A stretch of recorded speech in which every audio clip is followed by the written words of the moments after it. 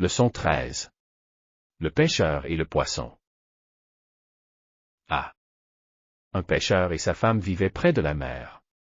Ils étaient très pauvres. Ils vivaient dans une petite hutte. Le pêcheur allait pêcher tous les jours. Un jour, le pêcheur a attrapé un poisson doré. Le poisson doré dit au pêcheur: « Je ne suis pas un poisson ordinaire. S'il te plaît, laisse-moi partir. Je peux te donner tout ce que tu veux. » Le pêcheur est rentré chez lui. Il a parlé du poisson à sa femme.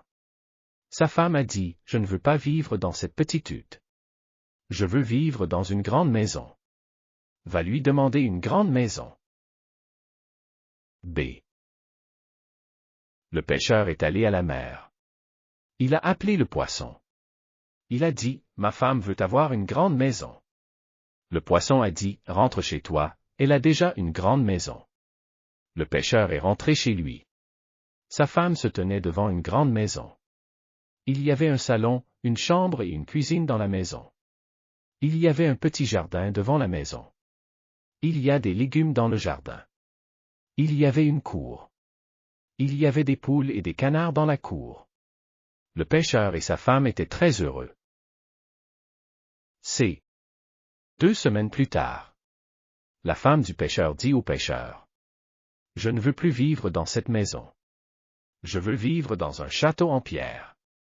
Va demander au poisson un château de pierre. » Le pêcheur ne voulait pas y aller. Mais sa femme était en colère. Elle a forcé le pêcheur à partir. Le pêcheur avait très peur. Ses jambes tremblaient. Le pêcheur devait aller à la mer. Il a appelé le poisson. Il a dit: « Ma femme veut avoir un château en pierre. » Le poisson a dit: « Rentre chez toi, elle a déjà un château en pierre. » D. Alors le pêcheur est rentré chez lui. Sa femme se tenait devant un grand palais. Il y avait beaucoup de serviteurs dans le château de pierre. Les murs étaient tout blancs.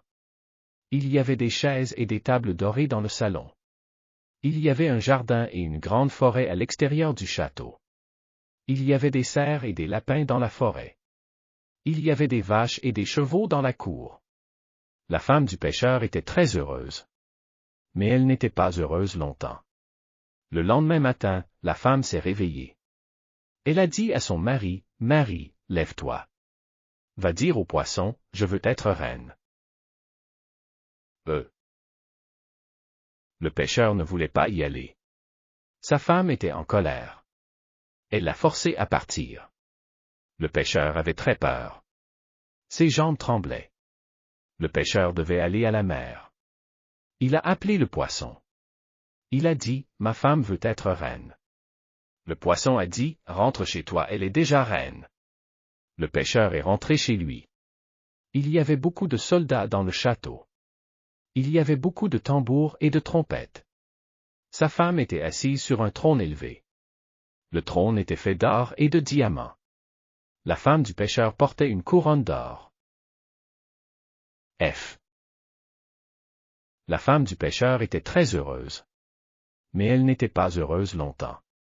Le lendemain matin, la femme s'est réveillée. Elle a dit à son mari: « Mari, lève-toi. Va dire au poisson: je veux être papesse. » Le pêcheur ne voulait pas y aller. Sa femme était en colère. Elle l'a forcé à partir. Le pêcheur avait très peur.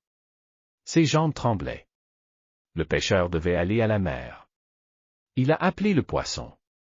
Il a dit: « Ma femme veut être papesse. » Le poisson a dit: « Rentre chez toi, elle est déjà papesse. » G. Puis le pêcheur est rentré chez lui. Sa femme était assise sur un très haut trône. Elle portait une très grande couronne. Elle était entourée de splendeur. Il y avait beaucoup de bougies. Les bougies étaient très hautes et épaisses. La femme du pêcheur était très heureuse. Mais elle n'a pas été heureuse longtemps.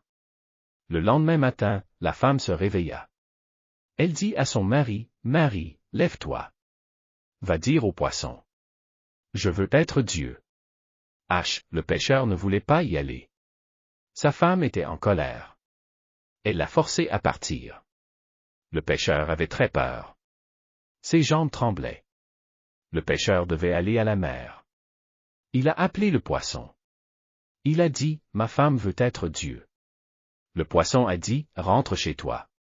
Elle est de nouveau assise dans sa petite hutte. Et ils sont assis là encore aujourd'hui.